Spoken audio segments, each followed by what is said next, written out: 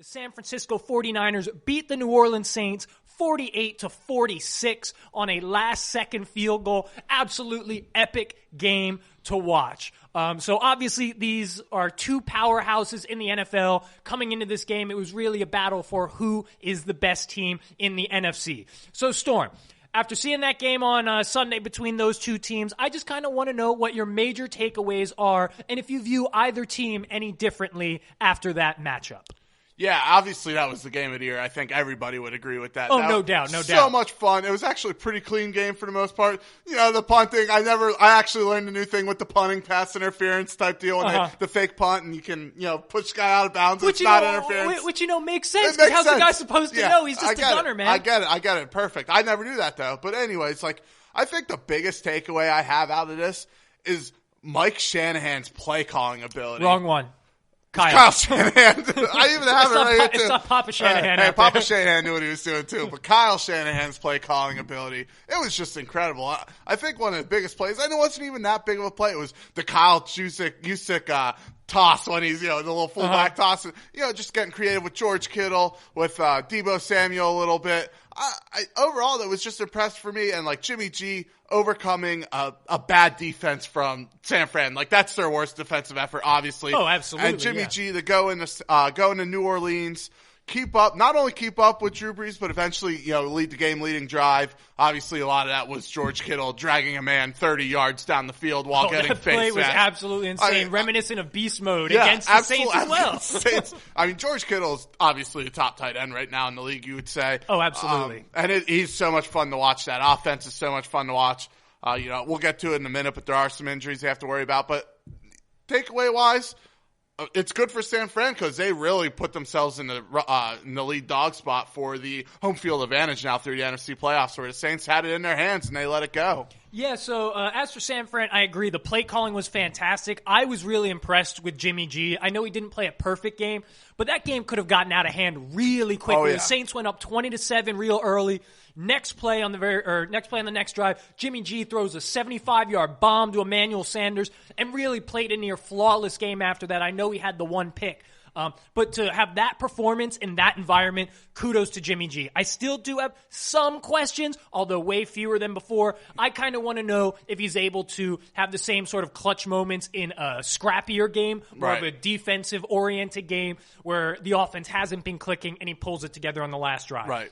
On the Saints side, though, a few takeaways as well, because I thought the Saints played a really impressive game.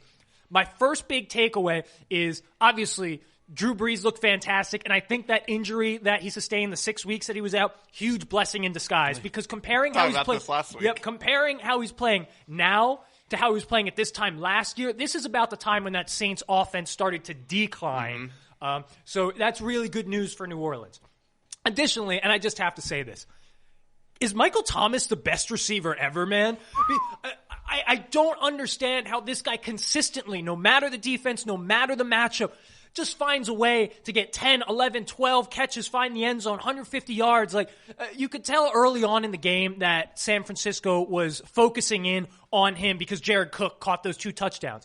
But then Jared Cook gets injured and goes out, and it's like Michael Thomas became even better. I don't understand why teams aren't triple teaming him when New Orleans has little to no other pass catchers of significance on that offense. So Michael Thomas, I don't know what you do. I want to watch some all 22 of the New Orleans Saints and see what this guy is able to do differently from anyone else. Yeah, that drive that they went to take the lead on, he just became wide open by 5-7 yards.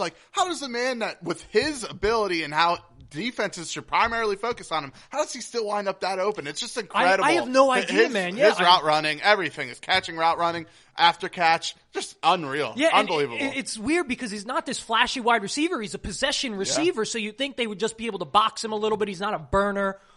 So I have no idea.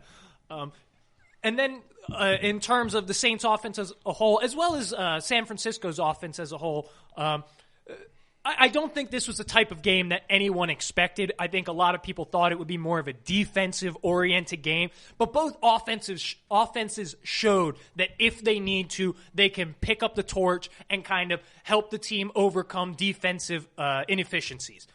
Now, the last point I will say is that I did not like Sean Payton this weekend. And I do like what he's done as a coach. Obviously, he's a prolific offensive mind. Although, in my opinion, he has kind of underachieved for having Drew Brees for over a decade now. But number one, I hated the fake punt play call. Absolutely hated it. You've got a quarterback that is freaking balling. Drew Brees is playing a perfect game. You've got a 4th and medium. And you try to throw up a 50-50 ball on a fake punt. If you really want to go for it, throw your Hall of Fame quarterback out there. Exactly. Yep. Let the best players on your team try to make a play. Right. And then to come out and to bitch or not bitch about the officials with his no comment, I hated that. Because although it looked on that fake punt, it looked like a blatant pass interference, the rules say it's not. Yeah. It's a fake punt. I get it. You're pissed off because the guy's all over him. But like I said a few minutes ago, how is a gunner supposed to know if it's a fake punt or not? Their job is to sit there and lay hands on the guy trying to run down and get the guy returning the kick. And really, it's only on the guys on the outside of the field. Yeah. If they would have ran someone up the seam or something, they would have been hit like that. Totally different. Right. So Sean Payton, if you're going to call that play, you better know what the rules are surrounding it.